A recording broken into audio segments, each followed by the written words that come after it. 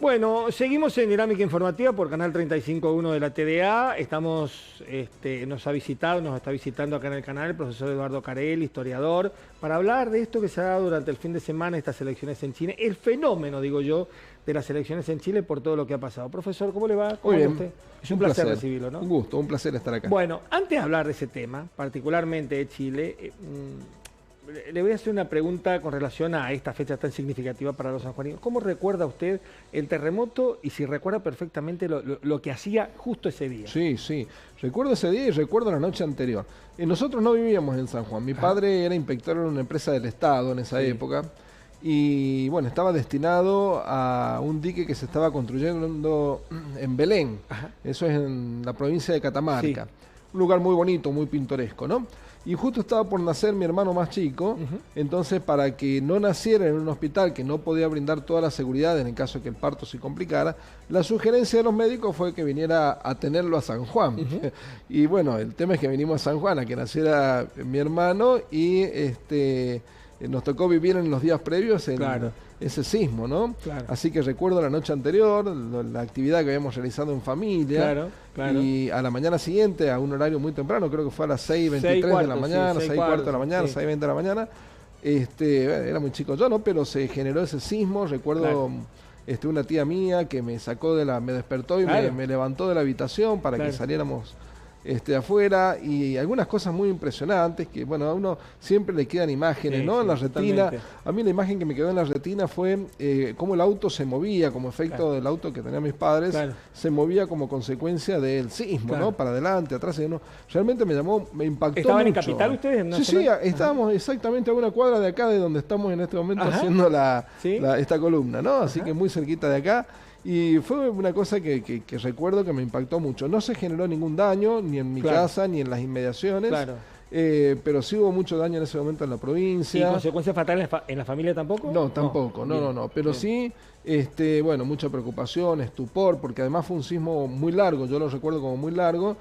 Tengo entendido que fue este doble sismo, este fenómeno, ¿no? De cuando un sismo se genera, se alarga demasiado porque en realidad son dos en lugar de uno.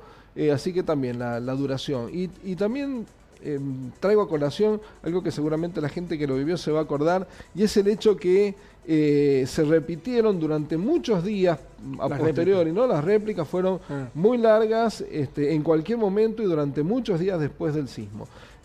A mí soy un defensor de las construcciones de adobe, yo creo que no hay que erradicarlas, ¿no? En el sentido de que yo creo que hay que preservar la memoria. Entonces, si las construcciones de adobe de algunas casonas y demás se encuentran en perfectas condiciones, yo soy de la idea que hay que defenderlas, hay que, por supuesto, hacerle todo el mantenimiento necesario para preservarlas, porque creo que forman parte de un patrimonio histórico, cultural, arquitectónico. Bueno, en San Juan tenemos mucha de esa construcción del Hospital Rawson, por ejemplo.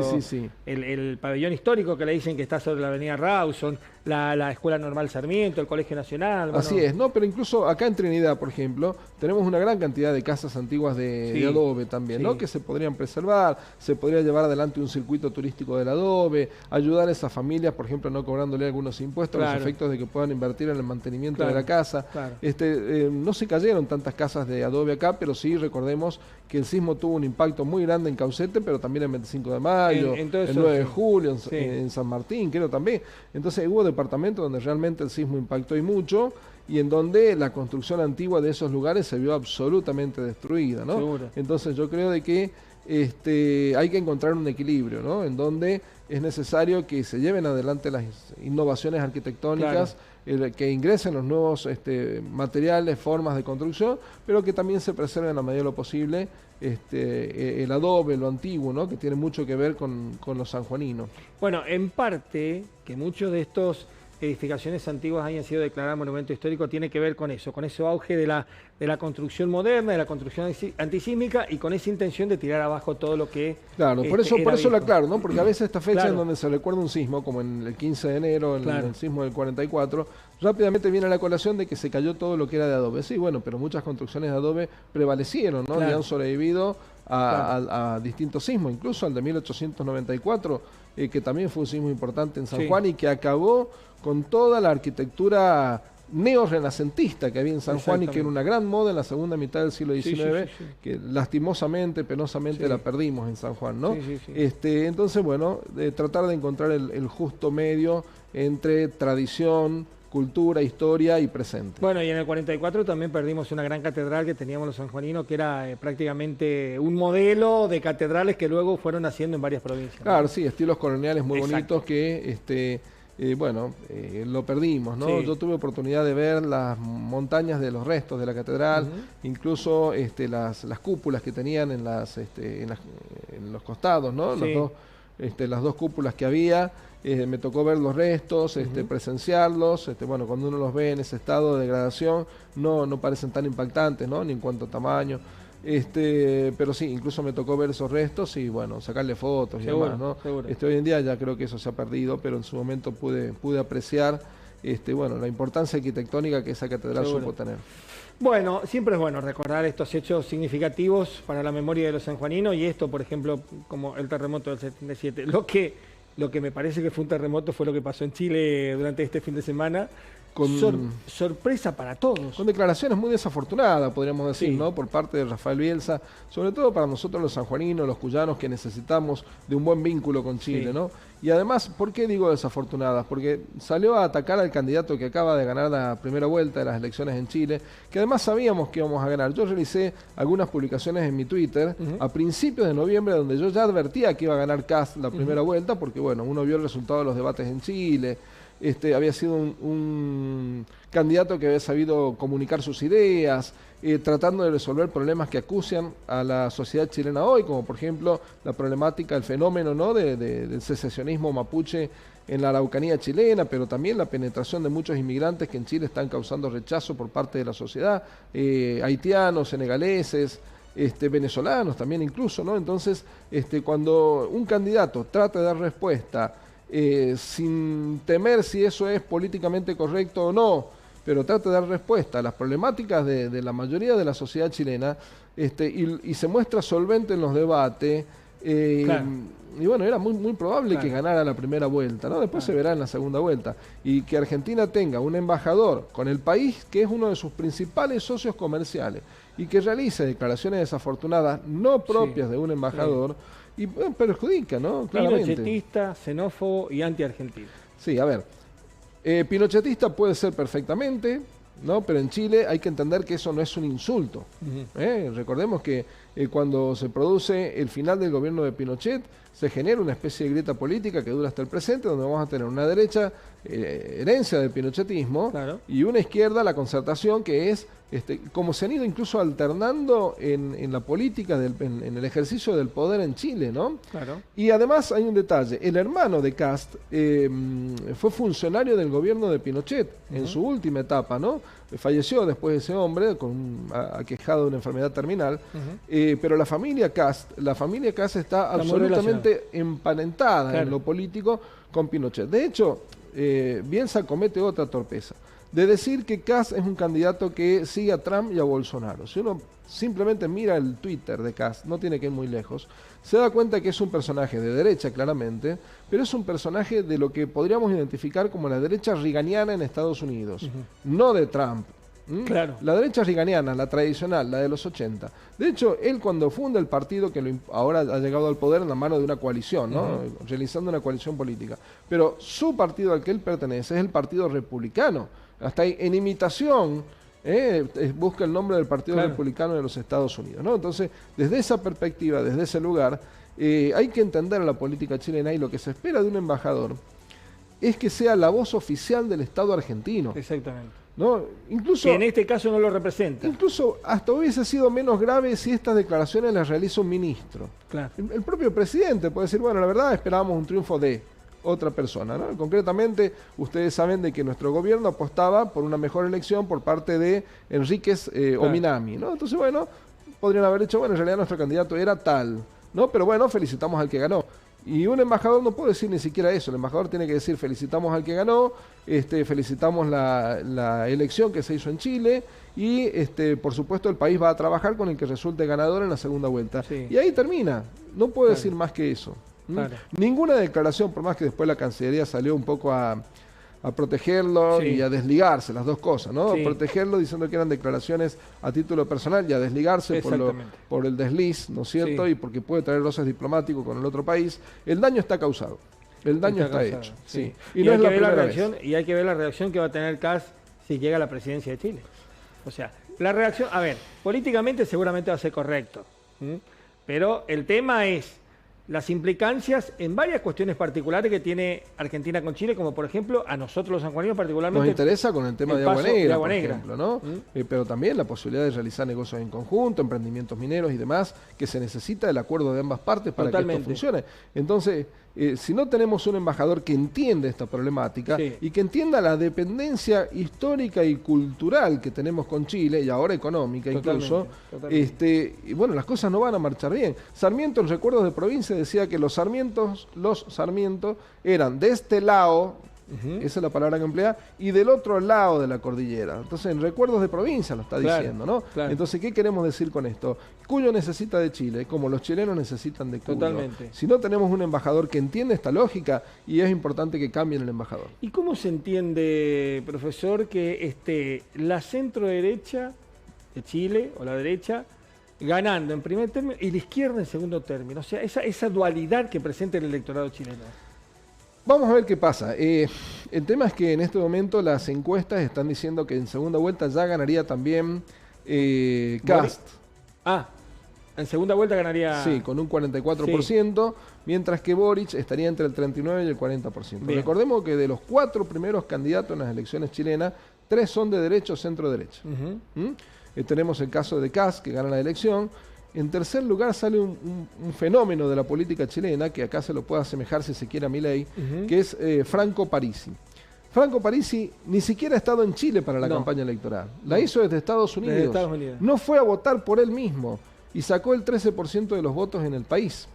Es de un economista de ideas libertarias, por eso digo que si quiere se puede asemejar ideológicamente a Milei acá.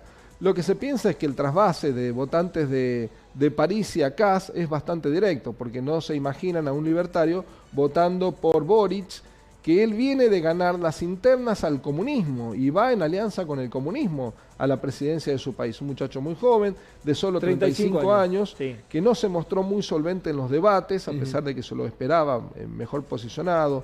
No se lo mostró muy solvente y eso le restó oportunidades, Claro. porque hasta el mes de octubre él estaba a la cabeza de las Era el encuestas, candidato, ¿no? sí. Y en el mes de noviembre se cayó este candidato. Bueno, de hecho, cuando se conocen los primeros resultados de los países europeos, él es el que ha ganado. Claro, sí, en la sí. mayoría de los países de Europa. Porque, a ver, lo primero que terminan contando son los votos en las grandes ciudades. Claro. Justo él gana en la zona central, en Santiago, en Valparaíso. Entonces, al ganar en esos lugares, nadie imaginó que iba a ser una muy mala elección en el norte de Chile, donde Claro. incluso el ganador fue Parisi, Kast Claro. salió segundo, Claro. ¿no? Que esto se entiende en el marco de los negocios mineros y la internacionalización de la economía chilena en el norte, que hizo que el voto se volcara por Parisi. Pero lo que llama la atención, o no tanto, pero digamos lo que uno esperaba, era que hiciera Boric una mejor elección en el sur, porque él es de Punta Arenas. Claro. Y sin embargo, la gran elección la hizo Kast en el sur de Chile, Claro. en donde el voto mapuche, tan importante para definir una elección en el centro y sur de Chile, se volcó por Kast. Es decir, se volcó por aquel que promete mano dura contra las agrupaciones secesionistas mapuche que operan en Chile. Es decir, los propios mapuches están pidiendo mano dura para con estos grupos, Claro. que no los representan. Claro. Y votaron masivamente por Kast. Claro. Entonces sale segundo en las regiones del norte, sale primero en el sur, haciendo una buena elección en el centro y le alcanzó para ganar esta primera vuelta, Y ¿no? el hecho de que, ¿cómo lo ve usted el hecho de que las fuerzas tradicionalistas que han estado gobernando Chile en los últimos 30 años no hayan llegado? Porque se abrió la ventana de Overton en política, es decir, se ampliaron los temas y se llevaron hacia puntos más extremos. Al llevarse los temas de la política hacia puntos más extremos, se produce este fenómeno que es ampliar la ventana de Overton. Es decir, aparecieron temas que antes parecían demasiado tocaban. excéntricos Claro. para una campaña política, que te restaban votos en el marco de una campaña política y que de pronto ahora la sociedad pide contemplarlos. Y entonces aquel político que se posiciona primero tomando estos temas como propios es el que tiene la posibilidad de ganar una elección. ¿Y que de es lo qué que tema hizo estamos Kast. hablando? Y por ejemplo, Kast planteó varias cosas. La primera, construir una zanja al estilo de Trump, ¿no? Que Trump proponía el muro, él propone una zanja en el norte del país que permita varias cosas. Evitar la llegada de inmigrantes ilegales que están entrando masivamente a Chile, por lo que la economía del país en líneas generales funciona. Y segundo, de esa forma ayudar o colaborar para el control del tráfico de estupefacientes. Segundo, acabar duramente con los movimientos secesionistas en la Araucanía chilena. Entonces, está diciendo, voy a gobernar con mano dura, pero todo va a ir bien, dice. Todo va a ser con orden, con libertad. Entonces vamos a defender las libertades individuales. Para defender las libertades individuales tengo que ser duro con algunos temas de política interior. Entonces vamos a reprimir a los grupos secesionistas, sí, mapuche, pseudo mapuche, lo que fuere, por un lado, y por otro lado vamos a controlar la inmigración. Se corrió a la derecha Kast, y esto obligó, si se quiere, a que Piñera tuviera que subir a la escena política a su candidato Sichel con temas también corridos a la derecha. Sichel sale cuarto, Sebastián Sichel. Sí, sí. Sale cuarto. Entonces, ¿qué pasa con Sichel? Piñera dice, bueno, Kast me está ganando en dos temas. El nacionalismo, que Kast lo tiene como una bandera, él es hijo de un militar alemán que participó de la Segunda Guerra Mundial, de la Wehrmacht, es decir, del ejército alemán, no de las agrupaciones vinculadas al nazismo. Entonces, yo tengo que demostrar que Sichel es más nacionalista que él, entonces hace el reclamo por aquellas aguas territoriales que Argentina ya había reclamado como propia ante un organismo dependiente de las Naciones Unidas. Exactamente.